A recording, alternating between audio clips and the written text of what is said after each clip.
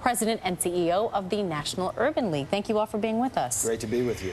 And Mark, we've been hearing throughout the morning and even obviously last night that emotional reaction from so many people in this country when they saw Barack Obama officially take over the title of president-elect.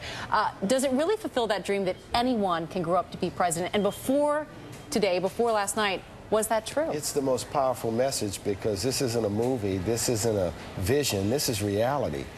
Young boys and girls of all backgrounds and races can now look up and really say, I can be the president of the United States. So it's a giant leap forward for the nation, but it's the beginning of a new era in this nation's great history. Yeah, and speaking to that, Michelle, do you think that this signals we're in a post-racial world, or is there some danger in people thinking that racism doesn't exist anymore? Well, I think we are headed towards a post-racial world. Things are vastly different than they used to be. There is danger in thinking that racism doesn't exist, because it does, but it is not it's not the factor that it used to be. I've got to tell you something, a little interesting tidbit about Condoleezza Rice, though, because I think it's so important. We have seen so many African-American firsts by the Democratic Party and the Republican Party. Condoleezza Rice ended up a Republican because Democrats would not allow her father to register to vote. We had poll tests at one time in this country, and I think her father was told that he had to guess how many jelly beans were in a jar if he wanted to register as a Democrat. And the Republican Party came to him and said, if you register Republican, we will allow you to register, we will allow you to vote. She is now, the second woman Secretary of State, the second African-American, Colin Powell, first African-American Secretary of State. We keep seeing these firsts. Out of strides. Out of strides. It's been absolutely amazing, and Barack Obama last night sealed the deal. He is the president-elect of the most important nation in the world. Michael, you're a longtime conservative radio talk show host, as we mentioned. You angered a lot of your viewers or your listeners when you endorsed Barack Obama. What was it about Barack Obama that made you make that choice? Well, I said this morning, because I had to relitigate the whole matter on my radio show, that from day one there was a likability factor to him, something that I think insulated him in my mind against some of the subsequent charges. But I offered a whole litany of things that I found to be very compelling about Barack Obama. And Amy, oddly enough, at the top of my list, foreign policy. And I say oddly because that was perceived to be the strong suit for Senator McCain. What was interesting this morning, a large number of callers, because we took calls all morning long, were anxious to pick up the pieces and move on and look forward. There were a significant number of those who still wanted to argue about the issues from the campaign. I think Senator McCain really set the stage with wonderful remarks that he offered last night about the healing that needs to take place. MSNBC political analyst Michelle Bernard is president and CEO of the Independent Women's Voice. MSNBC analyst Eugene Robinson is a columnist with the Washington Post. And Maria Teresa Peterson is the founding executive director of Voto Latino. Welcome all. Well, so many fascinating results. Maria Teresa, first of all, the most interesting, according to our pollsters, is the Hispanic. The 13% increase in Democratic vote by Hispanics from Republicans. Incredibly significant. Just in, for example, in Nevada alone, he received 73% of the Latino vote.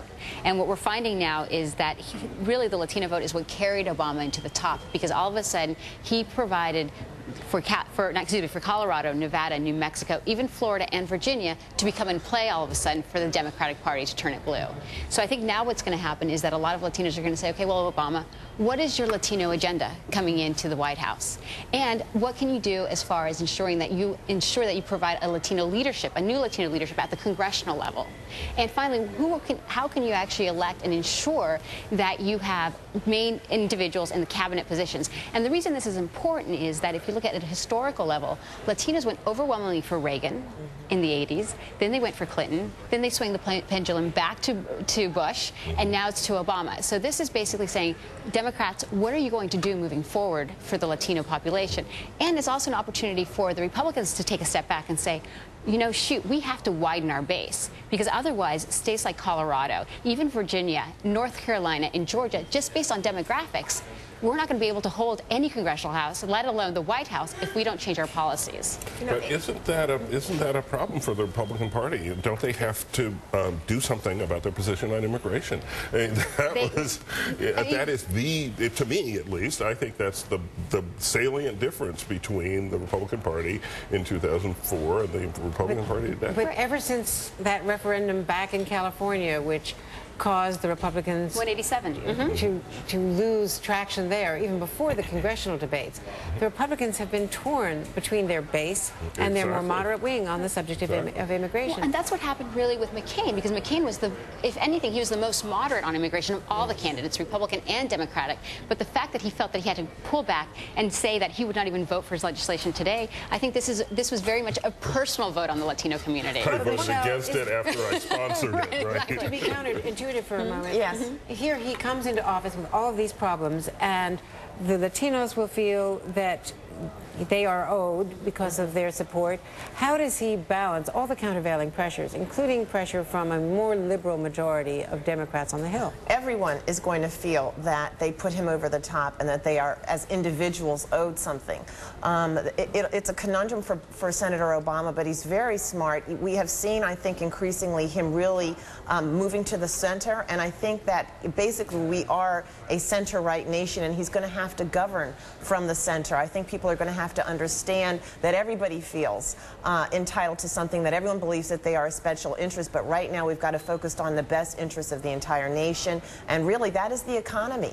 And something that one person in particular feels is the best for them might not necessarily be the best for getting the nation out of the economic mess that we find ourselves in at this time. And one of the greatest things about Barack Obama is that he is really a speaker with great empathy. He's got a very high emotional intelligence IQ, and I think that if he goes in and he continues to do what we saw him do throughout the primary season and throughout the general election period, which is go out and explain to America what it is he is doing, why he is doing it, and why this is good for the nation as a whole, I think people will expect that, and we will be able to get away from the identity politics that's beginning to creep into the conversation one day after the most historic election we've ever seen. Yeah, And but Jean, I just want to also ask you about the symbolic value and the cultural values of what we saw last night. Those two little girls, Michelle Obama, this family portrait.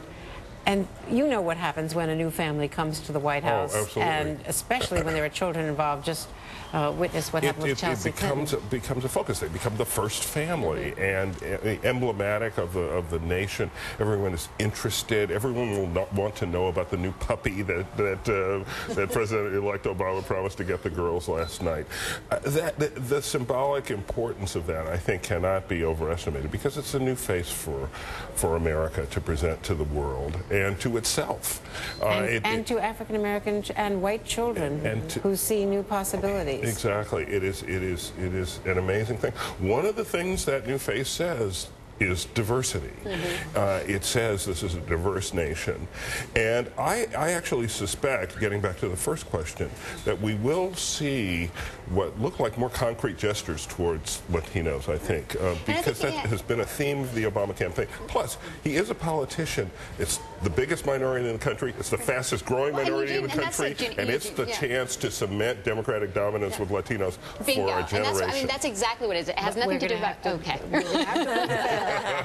To be continued. Good conversation. So what political story will be making headlines in the next 24 hours? That's next right here on MSNBC, the place for politics.